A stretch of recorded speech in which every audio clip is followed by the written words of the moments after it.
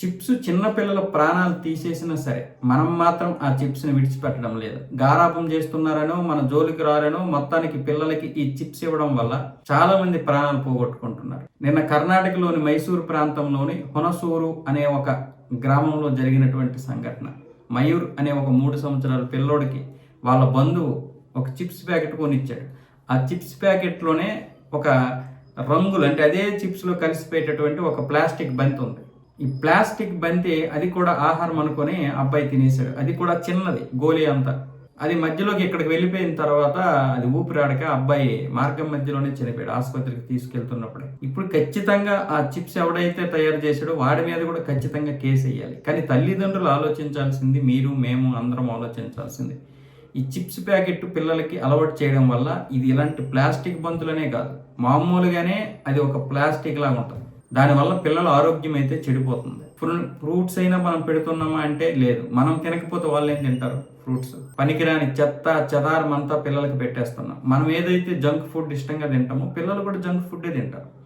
దీని మీద మీరు ఖచ్చితంగా ఆలోచించాల్సిందే. తల్లిదండ్రులందరూ కూడా ఆ చిప్స్ వాడు ఏదో రుచికరం కోసం తయారు చేస్తాడు, ఏదో కలిపేస్తాడు. పిల్లలకి ఒక్కసారి ఇచ్చినా వాళ్ళు దాన్ని తింటూనే ఉంటారు. పిల్లలనే కాదు మనమైనా సరే ఒక్కసారి నోట్లో ఏదైనా పెట్టుకోమంటే అదే కనుక కంటిన్యూగా వెళ్తూనే ఉంటుంది నోట్లోకి. దీని నుంచి మనము చాలా జాగ్రత్త పడాలి. ఇప్పుడు మామూలుగానే మొత్తం ఫుడ్ అంతా కల్తీ. ఆ కల్తీలో కూడా కల్తీ అని తెలిసినటువంటి ఫుడ్ ఇస్తున్నాం. అది ఆలోచించుకోవాలి. మనమే తల్లిదండ్రులుగా మనమే ఆలోచించుకోవాలి. కొంతమంది అయితే పిల్లలకి ఈ స్నాక్స్ అవి కూడా పెట్టేస్తున్నారు చిప్స్ని. ఎంత వీలైతే అంత తగ్గించండి. ఒకవేళ పిల్లలకి తప్పదు అనుకున్నప్పుడు తర్వాత దానికి క్యూర్ అయ్యే విధంగా ఒక ఫ్రూట్ ఏదైనా ఇస్తే కానీ అవి ఏం క్యూర్ అవ్వవు. మనం ఇలాగే వాళ్ళ కడుపులోకి ఏదో ఒకటి వెళ్ళిపోతే చాలు, వాళ్ళు ఏడకుండా ఉంటే చాలు అని చెప్పి ఫోను చిప్స్ ఇచ్చేస్తున్నాం. పిల్లలు నిజంగానే అనారోగ్య పాలు అయిపోతున్నారు. ఈ పాలు ఈ లంజా కొడుకులు ఏమొచ్చేసి కొంతమంది ఈ కల్తీ పాలు ఇస్తున్నారు. ఈ కల్తీ ఏ పాలు ఎలాంటివో అర్థం కాక మళ్ళీ ఈ ప్యాకెట్ పాలు వాడాల్సి వస్తుంది. అలాంటి దౌర్భాగ్యమైనటువంటి పరిస్థితుల్లో మనం ఉన్నాం. అధికారులు దీని గురించి పట్టించుకోవడం లేదు. అసలు ఏ ఫుడ్ గురించి పట్టించుకోవడం లేదు అధికారులు. చెత్త వ్యవస్థ ఏదైనా ఉందంటే మన ఫుడ్ ఆఫీసర్సే. నిజంగా ఏదో తూతూ మంత్రంగా ఒక 5-6% మాత్రమే తనిఖీలు చేస్తున్నారు.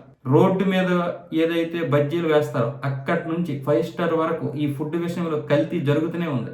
ఈ రోడ్డు మీద ఫుట్పాత్ మీద వేసుకున్నటువంటి వారిని కూడా మనం ఉపేక్షించకూడదు. వాళ్ళు కూడా చెత్తా చెదారంతో చేస్తున్నారు.